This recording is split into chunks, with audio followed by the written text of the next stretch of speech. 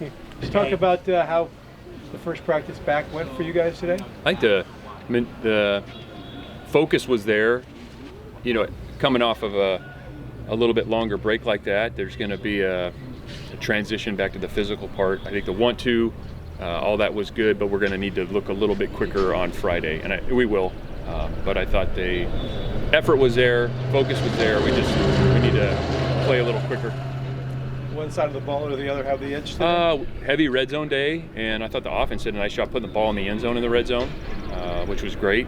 We had a couple turnovers, which we need to clean up. We got to protect the football better, especially, always, but the red zone scoring area.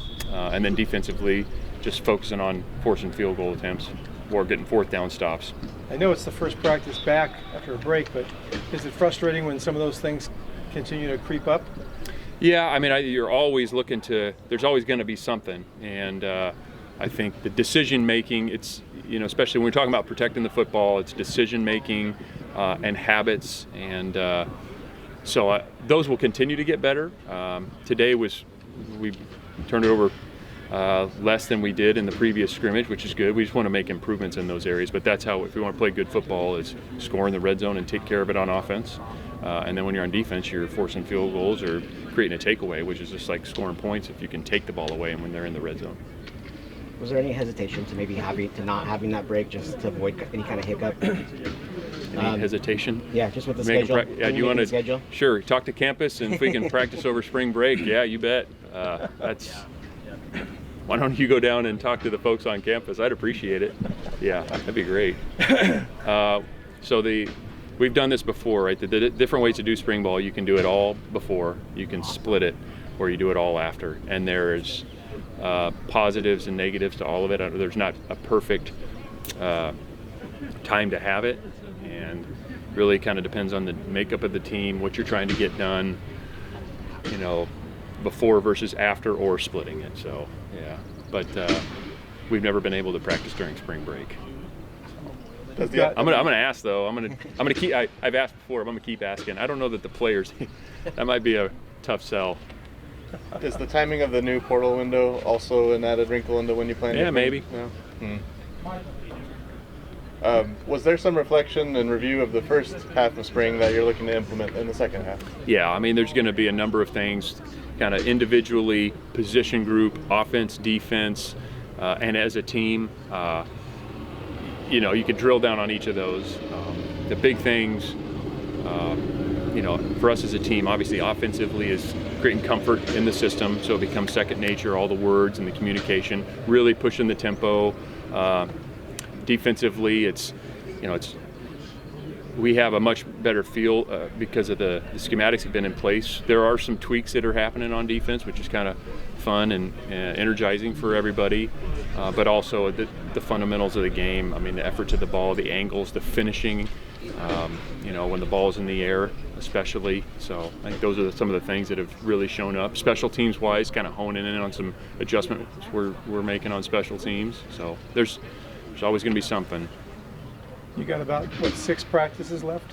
Yeah. Is there, when this is over, you don't have your team together until August, basically. Is there a feeling of urgency with the coaching staff? Yeah, I mean, there always is. There's always that sense of urgency, and the magic to all this is that you feel that each and every day as a player, as a coach, and I know, making the most of those and that you're not wasting a rep or a period of practice is something we always talk about, and they generally do a really, really good job of that.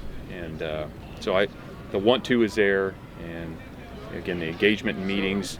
We also, it's a little bit different with the rules now. You do get some time for meetings and things like that in summer, which you used to not have that. But all this is part of it. I mean, this next week and a half is critical.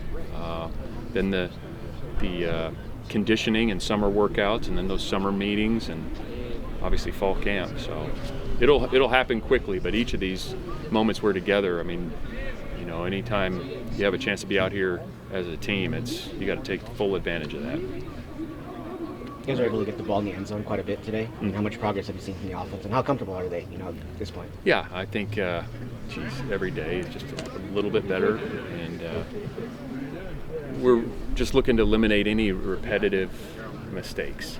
You know, the mistakes are going to happen. We don't want to make the same ones over and over, either as a player or as a unit. And so I thought we've shown improvement there. We got to continue to do that, but that's not just the offense, that's the defense and each position group. But ultimately, that's what we're looking for. I mean, just better football each day. The better you practice, the better you're going to end up playing, the more games you win. I mean, pretty simple in concept, but it's hard to do. Justin, Lou Maggia came in as a freshman and was in your starting lineup almost overnight. Yeah. Had a really good freshman year. I remember the big game. It was tremendous. Last year, he started off, it didn't seem like he was playing quite as well early, and then he got hurt. Yep. Didn't play the last 6 games. How important is this spring for him, and how's he doing? Really important. Just like everybody out here. I mean, there's just, there's nobody sacred. There's no sacred positions. I mean, everybody's got to continue to get better. We didn't perform well enough last year, so all of us, myself and coaches and every player, Lou Maggia included, like, we got to get better. And he's got that mentality, which I love. Very serious guy about football, works at it. Yeah, probably he didn't finish on the ball as well as he would have liked, I think, last year. He still had some good plays, but he probably didn't finish as well on the ball, and so the injury late in the season was probably frustrating for him. But guy that we trust, and to use his skills to compete at the highest level that he possibly can is what we're looking for, and he's out here working on that every day. Came in as a guy with a lot of confidence, come from a program that had a ton of success. Is that confidence shaken any by a difficult sophomore year? No, I don't think so. I think the things that showed up with Lou last year is, it's not that he's out of position or he's beat badly. It's just the last, the moment of truth, getting that ball out, finishing, at the very last moment. So he has the ability to get himself in position, which is a great place to start, and then it's, finishing those plays ultimately is what'll take him to the next step. Was that a difference from the year before when it seemed like he did finish? Yeah, plays? I don't. It's sometimes it's hard to tell. Like the situation. I mean, there's so many variables. When you're playing at any position, there's so many variables on why things happen. I don't think it was for a lack of effort or a lack of preparation. That wasn't the reason. I don't think Lou's a guy that was resting on his laurels. He's just not wired that way.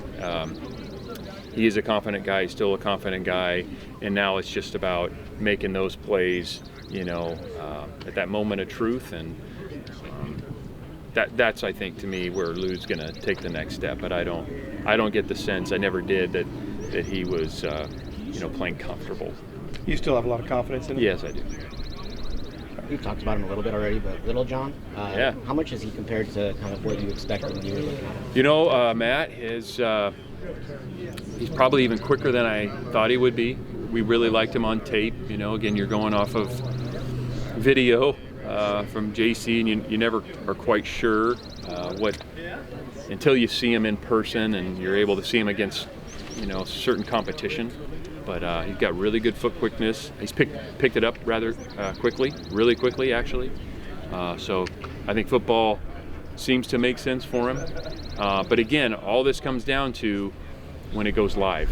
You be in the right spot and you've got all these tools, but ultimately the test is when we play for real and it's live and tackling, getting the ball out, knocking it down, intercepting it.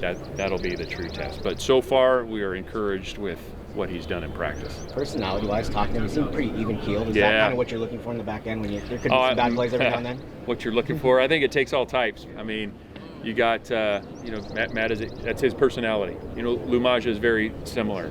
We've had guys in the past who were very much in that same mold. And then you have guys that are, wear their emotions on their sleeves a little more. Jayhawk, who was here, was a great player. Love Jayhawk, passionate guy, and kind of wore that on his sleeve. We don't necessarily go into the recruiting process looking for a certain personality, but there are traits, competitiveness, love of the game, passion for the game, toughness. Like, those are traits that we're looking for. But how they look, in terms of, or how they talk, like, there's just too many variables. It takes all types. Yeah.